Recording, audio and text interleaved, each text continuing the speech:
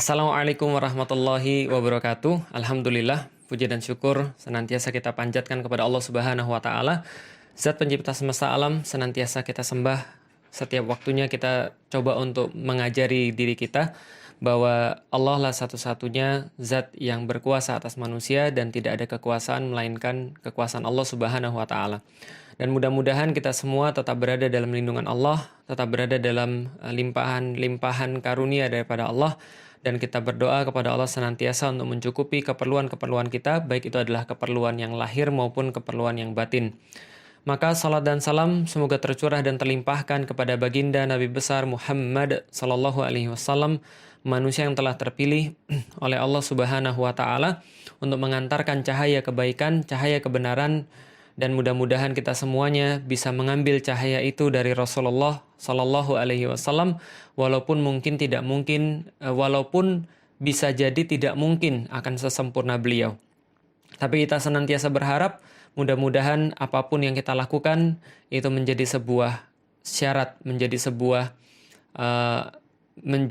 wasilah, menjadi sebuah hal yang kelak nanti akan menjadikan Rasulullah Shallallahu Alaihi Wasallam mengingat kita ketika di yaumil kiamat, membariskan kita di barisan-barisan di belakangnya, dan kelak akan bersama dengan beliau Shallallahu Alaihi Wasallam kita menuju kepada surganya Allah Subhanahu Wa Taala. Alhamdulillah teman-teman sekalian yang dirahmati Allah, selamat datang di dalam ngaji jomblo ke-15. 15 hari teman-teman ngelihat saya terus, ada yang langsung nge-live, yang mungkin setia, dan saya berterima kasih. Saya mengucapkan salam kepada teman-teman sekalian yang masih setia sampai dengan hari ini, hari ke-15, untuk kita membahas tentang persiapan menikah. Kenapa saya bahas ini dari awal? Karena begitu banyak orang-orang yang ingin menikah, tapi mereka minim sekali persiapan. Padahal kita sudah tahu bahwa pernikahan ini adalah ibadah yang paling lama yang pernah dilakukan oleh seorang muslim. Kalau seandainya ibadah sholat itu hanya 5-8 menit, ibadah puasa mungkin hanya sekitar 13-14 jam, atau mungkin di tempat-tempat yang lain yang musim panas bisa 18 jam atau 19 jam, tapi tidak ada yang mengalahkan ibadah pernikahan. Yang kita harapkan adalah tahunan, yang kita harapkan bahkan puluhan tahun, bahkan kita mengharapkan sampai mati. Bahkan kita mengharapkan sesuai yang dikatakan di dalam Al-Quran, Allah memasukkan kita bersama dengan pasangan-pasangan kita, bersama dengan anak-anak kita, bersama dengan keluarga kita, semuanya menuju kepada surganya Allah Subhanahu wa Ta'ala. Amin, mudah-mudahan kita termasuk orang-orang yang begitu. Dan mengkaji Islam itu tidak pernah terlalu awal, tidak pernah terlalu dini. Jadi kalaupun seandainya teman-teman sekalian masih merasa belum siap untuk menikah, justru karena itulah lalu kita mulai untuk mengkaji. Karena kalau seandainya kita sudah siap untuk menikah, lalu kemudian kita mau menikah, kita baru bersiap-siap, maka itu adalah sesuatu yang akhirnya terburu-buru. Maka kalau seandainya memang kita belum siap, maka itulah kita belajar, kita mengkaji. Saya secara pribadi saya perlu waktu 4 tahun. Saya sudah ceritakan sedikit kemarin, dan orang lain mungkin perlu waktu yang lebih singkat karena mungkin mereka lebih pintar, lebih duluan mulai dan segala macamnya. Tapi yang jelas hasil tidak pernah mengkhianati persiapan. Jadi artinya hasil yang kita punya itulah hasil daripada persiapan yang kita lakukan. Coba bayangkan baik-baik.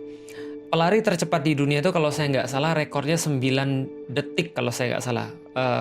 Nanti silahkan Google aja. Pokoknya dalam melari sprint 100 meter itu rata-rata atau yang paling cepat saya pikir itu 9 detik.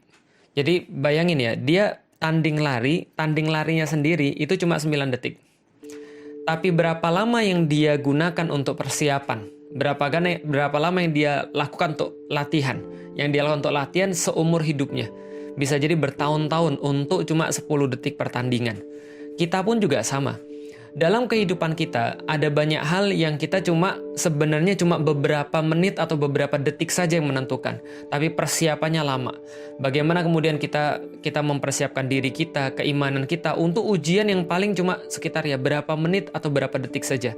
Dan ini penting sekali untuk kita ketahui teman-teman sekalian, karena begitu kita memahami bahwasanya setiap pertandingan atau setiap pertempuran itu memerlukan persiapan yang tidak singkat, maka kita akan juga bersiap-siap tentu saja dalam ibadah yang terlama. Selain ini adalah ibadah yang terlama, ini juga ibadah yang sangat diperhatikan oleh Allah dan Rasul-Nya. Maka kita tahu bahwa ketika syaiton dalam satu hadis itu syaiton itu iblis itu punya banyak sekali anak-anak buah, dan anak-anak buahnya itu kadang-kadang pamer kepada iblis. Rasul ceritakan, maka ada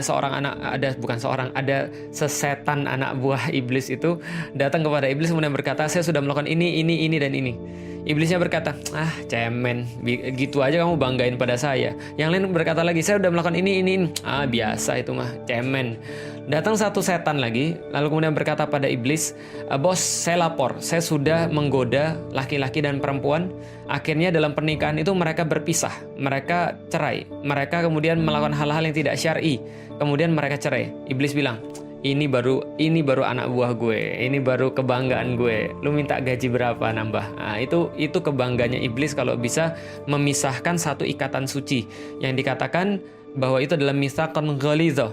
Di dalam Al-Qur'an cuma ada 2 mitsaqan ghalidha. Yang pertama adalah yang Allah berikan kepada Bani Israel yang mereka gagal. Yang kedua adalah ketika Allah berada di antara kedua pasangan laki-laki dan perempuan yang mereka berniat untuk menikah karena Allah, maka itu adalah janji suci yang diucapkan karena Allah Subhanahu wa taala. Kita menghalalkan seorang perempuan karena Allah, maka kemudian Allah yang menjadi penjaminnya, dan Allah akan keluar daripada jaminan itu andaikan keduanya sudah bermaksiat. Maka kita tahu bahwa persiapan ini menjadi sangat penting sekali. Dan kita langsung saja teman-teman sekalian sampai pada bahasan yang kemarin tentang proses khitbah dan proses ta'aruf. Saya sudah ceritain bagaimana proses khitbah dan proses ta'aruf, apa saja yang boleh, apa saja yang tidak boleh, dan apa yang menjadi pengalaman saya secara pribadi. Kita coba untuk review teman-teman sekalian. Jadi prosesnya itu adalah sebenarnya sangat sederhana.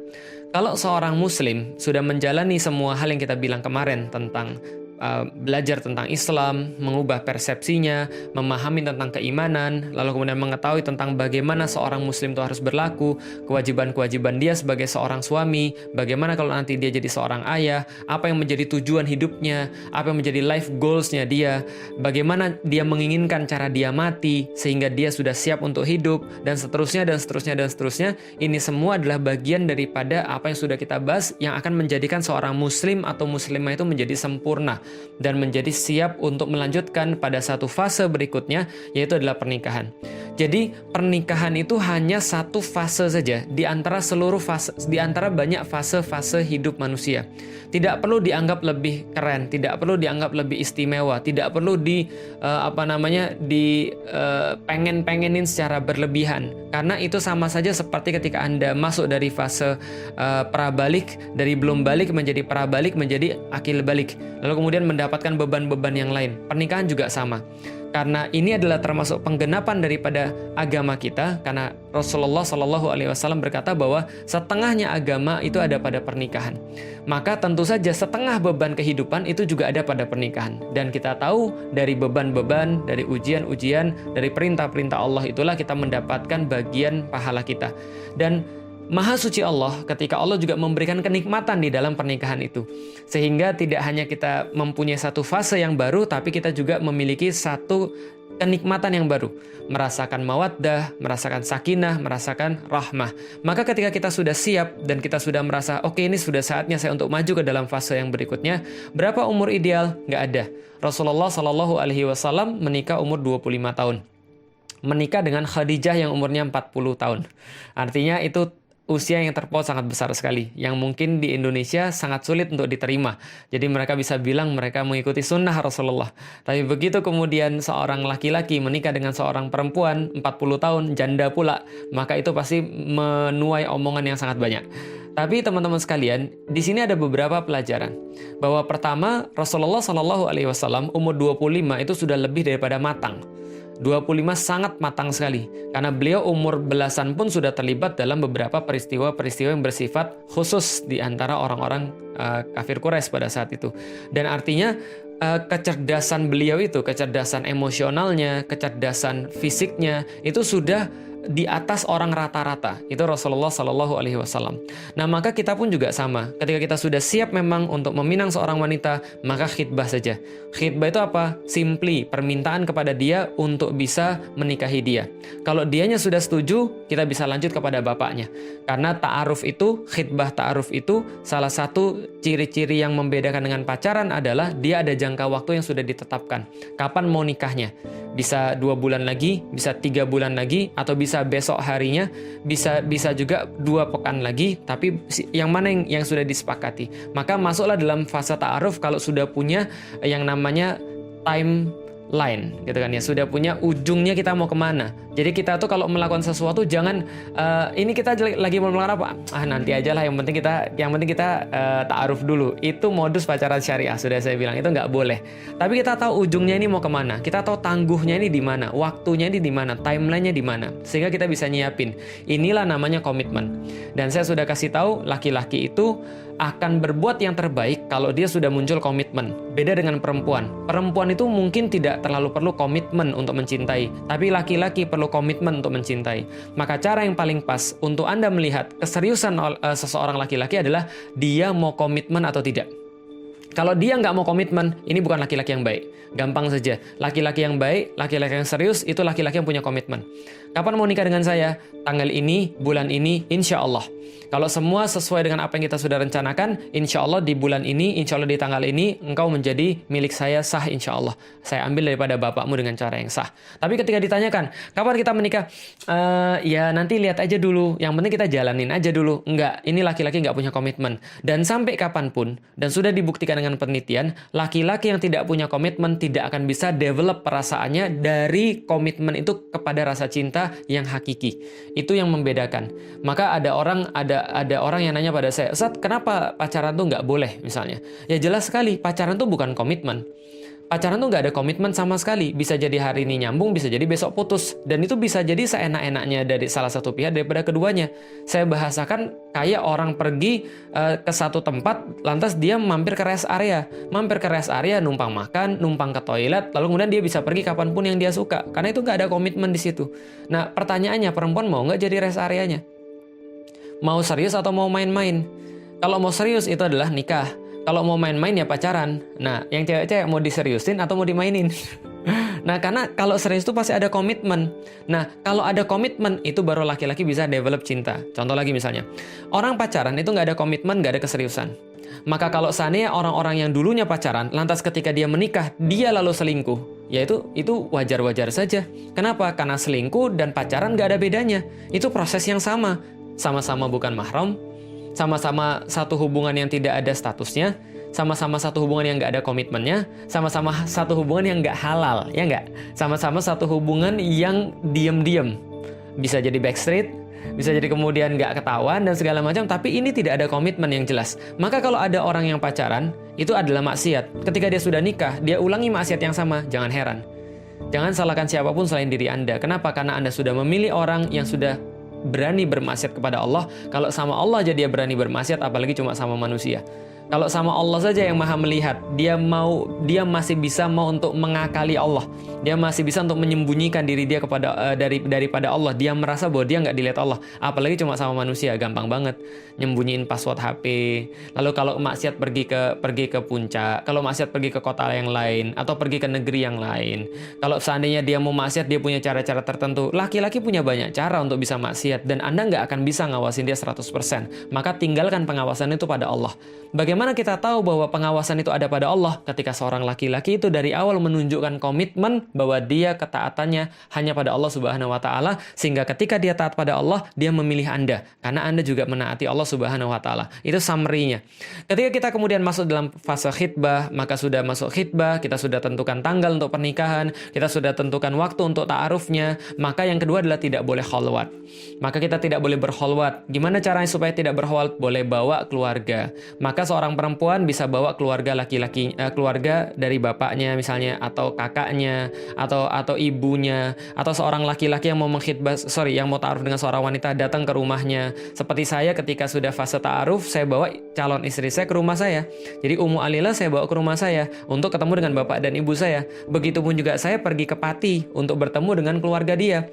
Untuk apa? Untuk menjelaskan, ini loh saya. Nanti di situ orang tuanya nanya, Dek Felix kerja apa? Gitu kan ya. Oh iya, saya kerjanya di sini. Saya penghasilannya segini sebulan. Tapi ibu, walaupun mungkin tidak cukup, tapi insya Allah saya berkomitmen. Andai saya harus gosok WC ibu, saya akan gosok WC untuk membiayai anaknya ibu.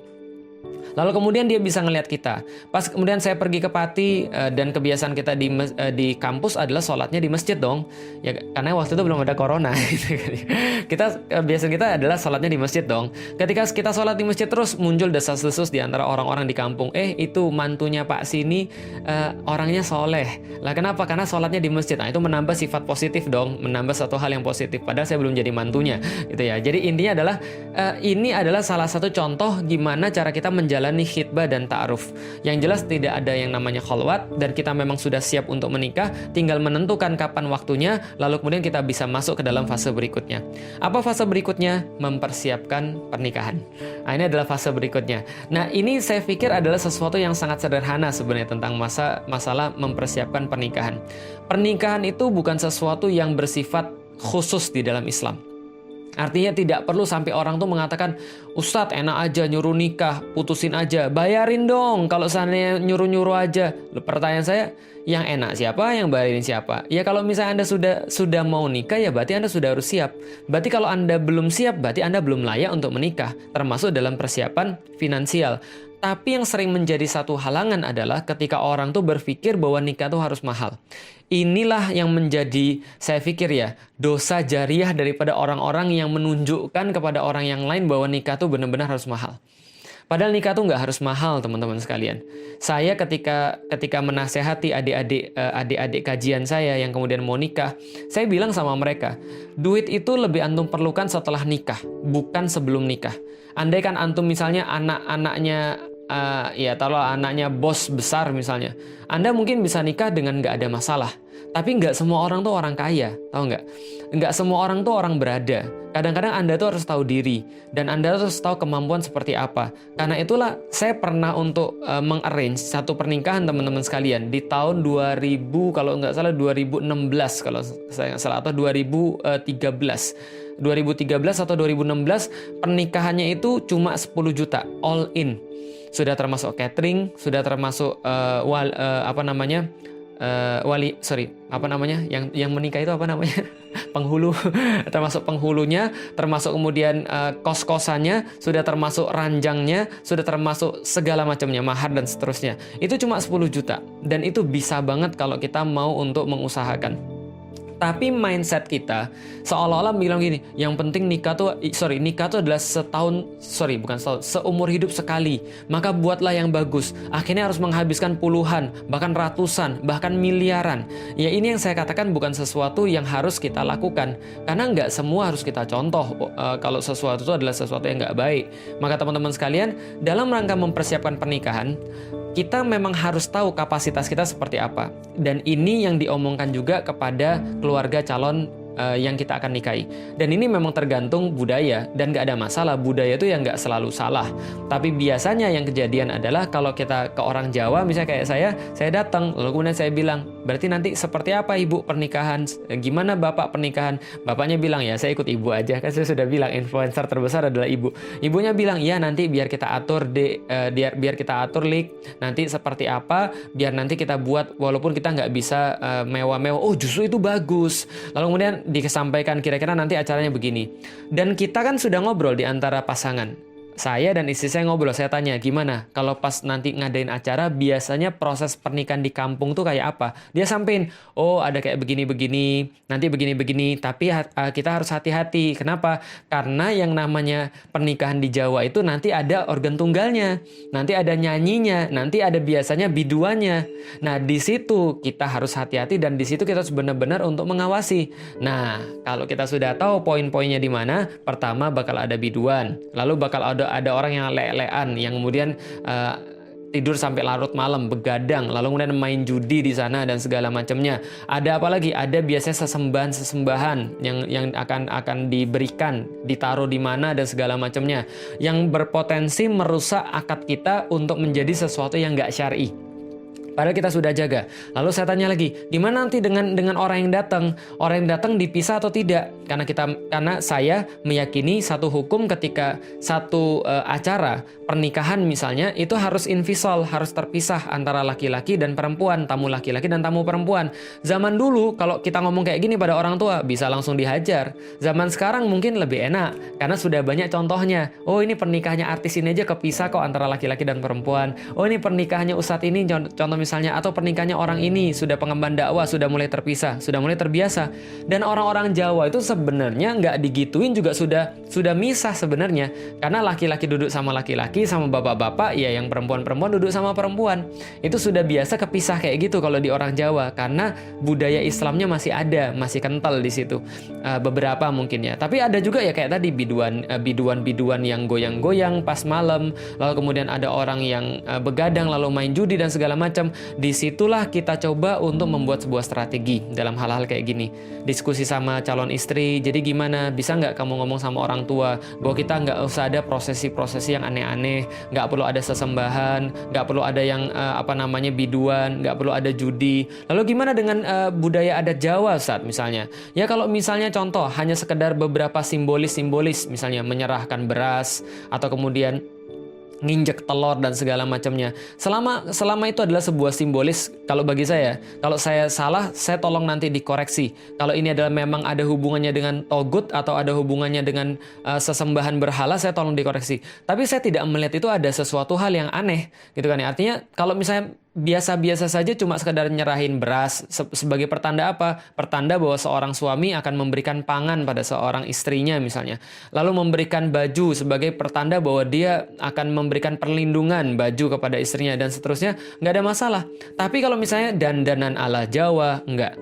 Karena itu buka aurat berarti. Saya bilang sama istri saya, kamu bisa nggak untuk nyelesain checklist ini? Checklist apa aja yang kira-kira nanti akan jadi masalah. Coba kita checklist satu-satu. Oh ini checklist. Oh ya ini checklist. Oh ya ini checklist. Oh ya ini checklist. Kalau semua checklistnya sudah beres, kita kemudian ngomong sama orang tua, ya berarti alhamdulillah kita bisa melanjutkan pada pernikahan. Tapi sebelumnya kalau misalnya ini sudah beres, lalu bagaimana dengan uang? Saya bilang sama ibunya, ibu, dan ini harus diomongin. Tapi kita nggak enak inilah gunanya ta'aruf dan khitbah. Ingat, Anda itu bukan melaksanakan sesuatu yang main-main. Tapi pernikahan ini harus jelas. Maka harus benar-benar ditanya, mohon maaf ibu, mohon maaf banget, kalau nanti urusan untuk pengeluarannya, ini kira-kira siapa ya yang nanti akan menanggung? Itu harus ditanya. Kalau ibunya ngomong, iya kalau saya sih berharap adik yang nanggung dari pihak laki-laki. Ya berarti tinggal kita tanya, kira-kira berapa yang ibu perlukan? Dia bilang misalnya contoh, yang saya perlu sekitar 500 miliar. Waduh. Terus kemudian kita bilang, ya mohon maaf yang saya bisa berikan cuma 10-an juta misalnya. Atau 5 juta, atau berapa yang Anda sanggup. Tapi kalau saya Anda ketemu dengan orang yang baik, alhamdulillah kayak saya. Itu kemudian saya nanya, ibu perlu berapa? Oh, nggak usah. Ya seperti kan saya bilang kemarin, orang Jawa kan gitu kan ya. Nggak usah, nggak apa-apa, biar kita aja. Saya tanya berkali-kali nggak mau. Akhirnya bapak saya bilang, udah Lik nih, papi kasih uang. Bapak saya kasih 5 juta, saya kasih 5 juta itu kepada calon mertua saya. Ibu ini dari bapak saya, mohon maaf tolong diterima, nanti untuk bantu-bantu pas akad. Untuk bantu-bantu acara pas walimah. Lantas kemudian diterima. Maka saya nikah istri saya itu cuma 5 juta. All in semuanya. 5 juta. Dan saya mengeluarkan duit lagi. Bukan duit saya sih sebenarnya. Duit bapak saya. Karena bapak saya yang bayarin saya. Untuk beli mahar. Lalu berupa mas kawin. Emas. Lalu kemudian seperangkat alat sholat. Lalu itu yang kejadian. Mudah banget. Dan teknis-teknis yang lain. Ngurusin surat dan segala macamnya. Ustadz, itu udah terlalu jauh. Yang maksud kita itu adalah bagaimana dalam ta'aruf ini kalau kita tidak cocok. Bagaimana cara menentukan kita cocok atau tidak. Saya sudah bilang sama antum, yang antum cari apa? Yang saya nih, misalnya antum ambil pengalaman saya aja deh. Saya nyari istri, itu adalah orang yang kelak bisa mensupport saya dalam dakwah. Berarti yang saya paling perlu adalah komitmen dia pada Allah. Dia boleh jadi punya pendapat-pendapat yang lain, tapi dia berkomitmen selama saya bilang qala Allah, qala Rasulullah, ketika Allah sudah berkata, ketika Rasul sudah berkata, maka dia serius untuk menjadikan itu sebagai pertimbangan dia. Itu aja yang saya perlu. Saya cuma perlu orang yang mendedikasikan dirinya, komitmen dia yang terbaik itu adalah pada Allah Subhanahu wa taala. Itu yang saya perlu. Itu cukup bagi saya. Oke, ini yang sudah wajib, sudah terpenuhi. Apalagi yang saya minta? Yang saya minta adalah seorang ibu yang kelak nanti akan mendidik anak-anak saya dengan cara tertentu sehingga nanti jadinya kayak saya. Dia nggak keberatan dengan aktivitas saya. Dan jelas dia nggak keberatan kalau anaknya nanti jadinya kayak saya. Maka itu yang saya perlukan. Perempuan, lalu kemudian bisa mendukung aktivitas dakwah saya, lalu kemudian bisa menjadi ibu daripada anak-anak saya. Itu adalah sesuatu yang saya anggap wajib. Maka kemudian apa lagi? Ya tentu dong kalau punya anak berarti dia harus, ya mohon maaf, tidak punya kekurangan di hal-hal yang bisa mengakibatkan dia nggak punya keturunan. Walaupun pembahasan yang lain, kalau ada orang-orang yang nggak punya keturunan, itu bisa jadi pembahasannya berbeda. Bukan berarti sesuatu yang jelek atau sesuatu yang buruk. Enggak. Sama sekali enggak. Karena bisa jadi ada kemuliaan yang lain yang Allah mau berikan pada orang-orang yang seperti ini. Tapi saya pastikan, seperti apa memastikannya? Ya tanya. Kamu, ya ini yang paling mudah ya. Seorang laki-laki bisa nanya, jadwal haidmu lancar atau enggak? Itu boleh. Kenapa? Karena itu salah satu tanda daripada kesuburan, jadwal haid misalnya. Atau misalnya kamu punya penyakit keturunan atau tidak. Misalnya contoh ya jantung, atau misalnya penyakit-penyakit yang dalam dan segala macamnya. Ini boleh ditanyain pas ta'aruf dan khitbah. Yang saya perlu cuma itu saja. Bonusnya adalah dia rajin mengkaji Islam. Dia sudah mulai untuk membaca kitab-kitab tertentu yang saya pikir nanti akan berguna untuk anak-anak. Dia orangnya sederhana. Dia orangnya mudah untuk disenangkan. Karena orang desa, mudah untuk disenangkan. Dia orangnya bisa menghargai seorang laki-laki. Tapi ada kekurangan atau tidak? Jelas ada. Istri saya karena dia orang desa juga, Jawa Tengah mepet ke Jawa Timur, Pati, bicaranya agak kasar. Sedangkan saya orang Sumatera, Melayu yang agak lembut. Lalu kemudian ketika saya dengar kata-katanya, kadang-kadang saya merasa kata-katanya sangat kasar. Tapi bagi saya, ya sebagaimana yang disampaikan oleh Allah dan Rasul-Nya. Ketika Anda tidak menyukai sesuatu pada seseorang perempuan, Anda akan menyukai kualitasnya yang lain. Karena seorang perempuan itu, sebagaimana seorang laki-laki, ketika dia lebih dalam sesuatu, dia pasti akan ada kurang dalam sesuatu. Dan itulah manusia. Kita nggak bisa mengharapkan manusia 100% sempurna. Karena Anda pun nggak 100% sempurna. Jadi kalau misalnya ada kemana yang bertanya, Ustadz, bagaimana kita memastikan dia cocok buat saya? Menurut saya kalau memastikan dia cocok buat Anda itu agak nggak adil. Tambah deh satu pertanyaan lagi. Nggak hanya apakah dia cocok bagi saya, tapi Anda juga harus bertanya, apakah Anda juga cocok bagi dia? Karena Anda itu juga nggak sempurna, sebagaimana dia nggak sempurna. Maka ketika perkataan dia kadang-kadang kasar, maka kadang-kadang dia menurut saya Ummu Alila kurang playful misalnya. Menurut saya misalnya Ummu Alila punya beberapa kekurangan yang lain, misalnya terlalu polos misalnya dan segala macam, nggak bisa berpikir bahwa orang tuh punya satu plot terhadap dia misalnya. Ya itu adalah sesuatu yang harus saya tutupi. Di saat yang sama Ummu Alila tuh tegaan banget bisa jadi. Di saat yang sama saya tuh nggak tegaan banget. Maka itu juga melengkapi. Ummu Alila tegaan banget, saya nggak tegaan. Ummu Alila kadang-kadang melihat sesuatu dengan cara lebih berpikir panjang, saya nggak berpikir panjang. Saya kalau lagi mau sesuatu ya sudah, lakukan ya lakukan, beli ya beli. Ummu Alila bilang jangan dulu, sebentar, coba kita mikir dulu. Ya itu kan perempuan dan laki-laki saling melengkapi satu sama lain. Cara kita mendidik anak juga seperti itu. Kadang-kadang kalau saya marah dia ngingetin saya, kadang-kadang ketika dia kemudian nggak tepat saya coba untuk membenahi dia. Ya inilah namanya rumah tangga. Jadi ketika kita pendekatan yang kita cari juga hal yang seperti itu tadi. Bagaimana ketika kita melihat bahwa dia tuh punya karakter-karakter wajib yang sudah kita list di dalam kehidupan kita. Oh, dia sudah punya ini. Berarti yang lain tinggal pelengkap saja. Bagi saya dia manis. Asik, gitu kan. Kenapa? Dari dulu tuh saya senang dengan perempuan-perempuan yang matanya bulat gitu kan. Nah, bagi saya kemudian Ummu Alila mempunyai karakteristik itu. Itu nggak wajib. Itu adalah sesuatu yang bersifat ya sunnah kali ya gitu ya. Terus apa lagi? Oh, tapi dia hitam, ya nggak ada masalah. Lah kenapa? Kan sudah saya bilang kita nggak ngukur tingkat keputihan, kita nggak nyari model untuk pemutih gitu kan ya. Lucu kan ya, jual pemutih tapi modelnya udah putih semua gitu kan ya, dan nggak bisa lebih putih lagi daripada itu. Oke, jadi artinya adalah kalau kita bicara tentang kualitas-kualitas yang kita inginkan, Anda yang harus jelas. Jadi kalau Anda bilang apakah dia cocok buat saya, berarti Anda itu yang nggak jelas untuk mengetahui apa yang Anda mau. Kalau Anda sudah jelas dengan apa yang Anda mau, Anda nggak akan bertanya seperti itu. Bahkan in the first place ketika Anda milih dia pun Anda sudah memberikan filter-filter itu. Jelas ya? Jadi kalau seandainya Anda menemukan sesuatu yang Anda nggak suka dan Anda nggak siap untuk menghadapi itu, dan hal itu bersifat bersifat mungkin tidak bersifat agamis ya, tapi bersifat hal-hal yang lain. Contoh, Anda melihat dia nggak bisa nurut sama Anda dan dia senantiasa bantah, atau pola hidupnya yang terlalu tinggi. Misalnya dia harus pergi ke mall setiap pekannya 2 kali, atau harus beli tas bermerek yang harganya jutaan, bahkan puluhan, bahkan ratusan juta, dan dia seneng dengan perkara-perkara kayak gitu. Kalau saya terus terang saya nggak bisa terima. Saya nggak bisa terima kalau dulu ketika saya taruh sama Ummu Alila dan dia kemudian mengharuskan standar hidup dia itu ada pada satu titik tertentu. Bagi saya, yang lain boleh menerima dan itu syar'i saja, tapi saya nggak bisa nerima pola hidup yang kayak gitu. Mohon maaf banget, saya nggak bisa terima pola hidup yang kayak gitu.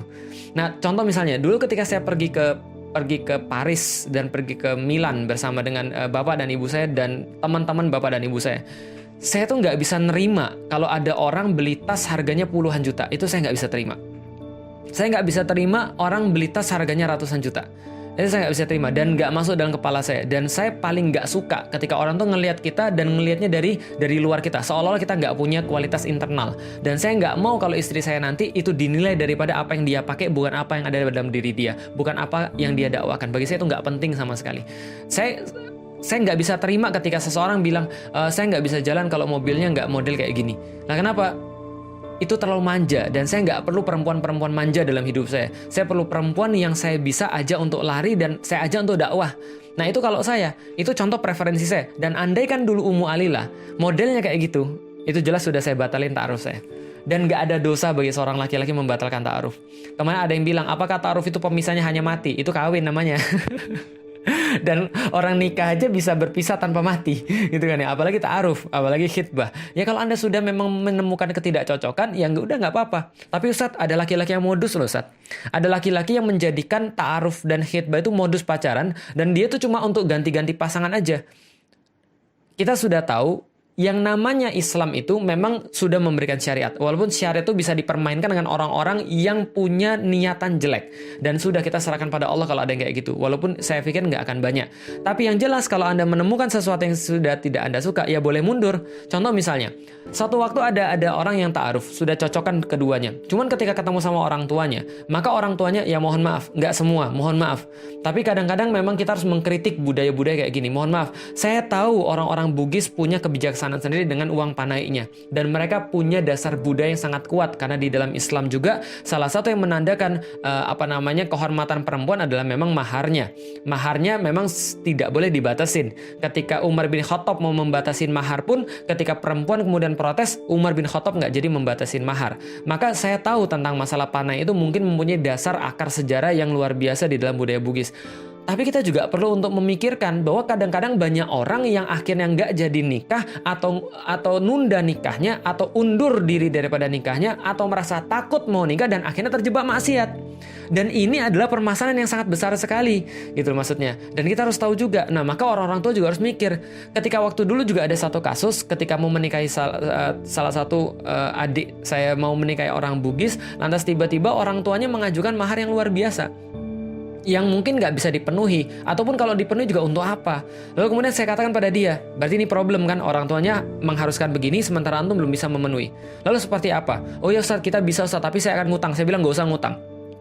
Kenapa? Antum perlu duit banyak ketika sudah nikah. Antum perlu sumber daya yang banyak ketika antum sudah nikah. Jangan ngutang. Saya bilang, usahakan cara yang lain. Negosiasi sama bapak ibunya. Minta calon antum untuk ngobrol sama bapak ibunya. Sudah Ustaz, kita udah ngobrol berkali-kali. Lalu kemudian besoknya datang lagi. Pekan depan datang lagi. Nggak bisa Ustaz. Pekan depan datang lagi. Nggak bisa Ustaz. Saya bilang sama dia, tentuin tangguhnya. Kalau sebulan dari sekarang kalian nggak bisa meyakinkan, berarti kalian bukan ditakdirkan untuk menikah. Kenapa? Karena ini mulai ke arah sesuatu yang saya nggak suka. Karena bagaimanapun juga standar saya secara pribadi untuk kemudian melihat satu pernikahan itu, ya ini benar-benar harus dalam kendali kita. Karena kita harus tahu, yang namanya hajat nikah itu adalah hajatnya dua orang yang mau nikah. Dan ini harus kita ketahui dulu, Anda bukan harus nurut pada orang lain. Ini idealisme Anda, karena Anda sedang memulai sesuatu yang kelak nanti Anda akan harus ceritakan pada anak dan cucu Anda. Tentang bagaimana Anda menikah supaya Anda mewariskan kebiasaan-kebiasaan yang baik pada mereka. Tidak menyusahkan orang ketika menikah. Gitu kan ya. Nah maka kemudian saya bilang, cari waktu 1 bulan, Anda nggak bisa kemudian untuk meyakinkan, sudah batalkan ta'arufnya, cari yang lain. Berarti Anda bukan dia dan dia bukan untuk Anda. Apa itu jodoh? Jodoh adalah ketika mereka sudah nikah dan bersama, itu jodoh. Gimana kalau mereka nanti cerai Ustaz? Berarti jodohnya sampai di situ. Jelas ya? Jadi jodoh itu adalah sesuatu yang sudah Allah takdirkan bersama. Maka Anda harus tahu bahwa ditakdirkan bersama itu untuk satu sebab. Berarti Anda kalau memang bisa negosiasi dalam satu hal, Anda negosiasi. Oh, saya nggak mau 2 bulan lagi, saya maunya 2,5 bulan lagi, kata ibu dan bapaknya. Nggak ada masalah, it's negotiable. Tapi kalau ada sesuatu yang memang sudah mengambil nilai Anda, walaupun tetap syar'i, tapi nilai Anda sudah diganggu di situ, bagi saya secara pribadi, ya harus dinegosiasikan untuk ikut nilai kita. Tapi orang tuanya bilang, ya sudahlah kalau gitu nggak 200 juta. Maharnya, ya sudah kalau 25 aja. Enggak, kita punya plafon 5 juta. Oh enggak, kalau gitu turun lagi lah, enggak apa-apa lah kalau gitu 30 juta, enggak 5 juta, ujungnya 15 juta, ya enggak ada masalah. Kadang-kadang ada beberapa hal yang Anda juga enggak boleh saklek. Kenapa? Orang tua itu kadang-kadang juga perlu diperhatikan. Contoh misalnya, ini kisah nyata, Hawarin kemarin saya bilang, batasin nih undangan antum. Undangan antum batasin aja, berapa Ustadz? Ya kira-kira 150 orang udah cukup lah, enggak perlu terlalu banyak. Kenapa? Karena semakin membengkak orang, semakin membengkak pengeluaran. Maka kemudian dia bilang, Ustadz, ibu Ustadz dan bapak saya minta, jangan segitu, lebih banyak lagi. Walaupun karena nanti ada orang-orang yang nggak diundang, ya sudahlah nggak apa-apa. Kalau ibu antum yang minta, bapak antum yang minta, itu termasuk birrul walidain. Itu negotiable.